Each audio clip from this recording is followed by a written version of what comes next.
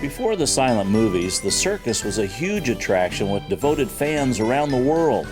Circus performers were the rock stars of their day, and it was always a big event when the circus train rolled into town.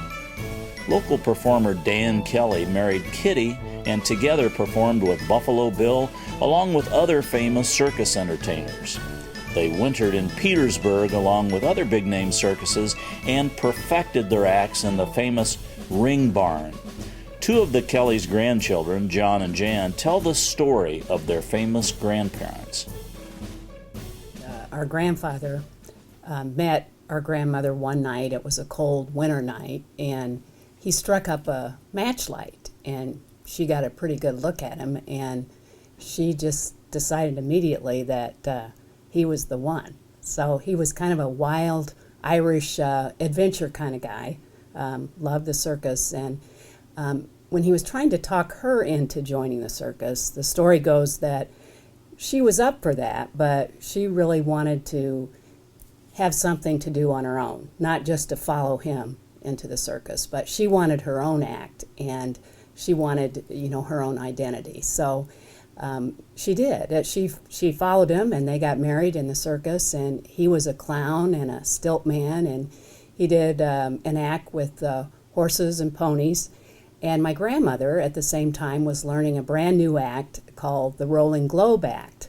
And it was a huge globe. In fact, it's this globe that is sitting under this table. And she stood atop the globe and walked on it, while the same time she was walking it up and down a teeter-totter. And then she had her arms outstretched, and 12 white doves were trained to land on her arms. So she would be walking on the globe as she was going up and down the teeter-totter with the white doves landing on her arms. According to Louise Basso, who was a former Petersburg resident and a circus historian, she said that there were about 100 Petersburg people performing with various circuses by 1900. And Louise actually wrote a publication called The Ring Barn, the story of the Ring Barn. And in that, she tells about a lot of the different names of local Petersburg people at the time and their different acts. Actually, there were a number of different players involved in the Ring Barn, and the first one was Harry Lampkin, who actually built the Ring Barn, and I believe that was at about in 1880. And then from then out, there are a lot of other names that were involved. One of them is Ships. Edward Ship was a big circus name, and he had a big part in the Ring Barn because he owned it for a number of years. And then it was in 1911 when our grandparents actually purchased the Ring Barn. And then we're not sure how long the Ring Barn continued from there on out. We do know that it was torn down in 1937. There were really quite a few acts that the performers would be doing in the Ring Barn, and they range from, of course, there were lots of clowns of every different type, but there were also, from what we know of, trapeze artists and bareback riders. There were pole balancers, tumblers, and of course the Rolling Globe Act. So it was really kind of a real diverse kind of gathering with all these different performers. And of course, lots and lots of animals. That's always a big attraction in the circus. Performers from all over the United States, the better performers would come to Petersburg and practice their act for the coming year, because they changed acts almost every year. And they'd pick up a little bit of spending money while they were in Petersburg practicing these acts, because they'd have the circus on Saturday afternoon, and there'd be a lot of people who would come to the winter circus to watch these performers, because they were almost like movie stars, because this was even before the silent picture era. And so it was so attractive to the rural people that a lot of these people that grew up around Petersburg worked part-time in the circus, and many of them left to go be in the circus, or they'd marry someone who was a performer and leave. And sometimes they would stay around Petersburg and raise their families. There's still people, I think, in this area that descended from circus people? Our grandparents were really proud of the fact that the circus gave them an opportunity for travel and adventure, and they actually traveled 48 states. And the same way with a lot of the other people who performed in the Winter Circus in Petersburg, they too were able to travel all over the country. And I think it's fascinating that they really traveled with a number of different circuses. So there was, and they're all famous, the Ringling Brothers and Barnum and Bailey Circus, the Sells Floto Circus, Hagenbeck Wallace Circus, Gollenbach Brothers Circuses. So it was a real opportunity to get a taste of circus life with a number of these huge circuses and then come back and actually winter right here in Petersburg. Sometime in their career, they worked for Buffalo Bill, Wild West show, and grandmother was photographer, plus she had an act. And I remember we used to ask him about Buffalo Bill because he's so famous. And not to take anything away from Buffalo Bill, she did say that he was a little bit arrogant.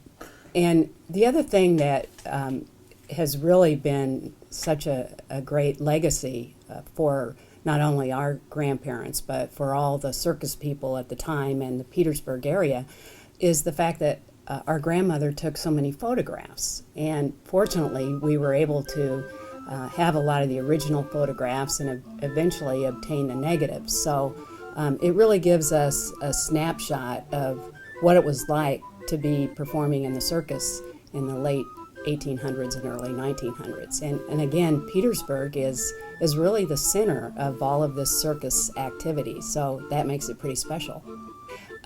As grandchildren, growing up with grandparents who were circus performers, it really kind of made us feel like we were pretty hot stuff. I mean, none of our friends had any kind of relatives who belonged to the circus, so we felt it was extra special to have that connection.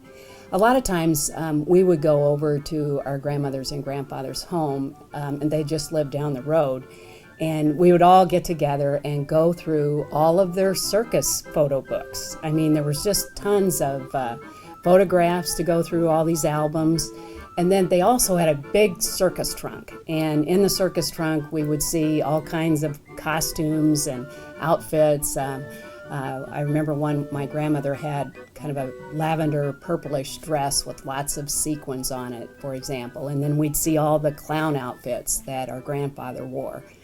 Then we'd go out to the shop, and they stored a lot of the things that were the bigger kinds of things that went with the circus. Like my grandfather, for example, walked on stilts. And so when he walked on stilts, he had this huge head, and we have a picture of this too that we'll show you. But the huge head actually was in the shop, so we could take a look at that. And well, of course, we never got tired of looking at all of these different things that went with the circus performances and all the photographs. And another part of those gatherings was that our grandparents would always make circus lemonade the day we would come over and look through everything. So one lemon per picture. Right. Right. So it was a big time. We never got tired of doing that, and never got tired of going through all the photo albums and picking out exactly which of the people were our grandmother and grandfather, because they would be scattered throughout the albums. We were so fascinated by Grandma's globe, the big white wooden globe that she was so agile with. You know, she was able to, not when we knew her, but when she was younger, do all these things with the globe, walk on it, go up and down the teeter-totter and everything.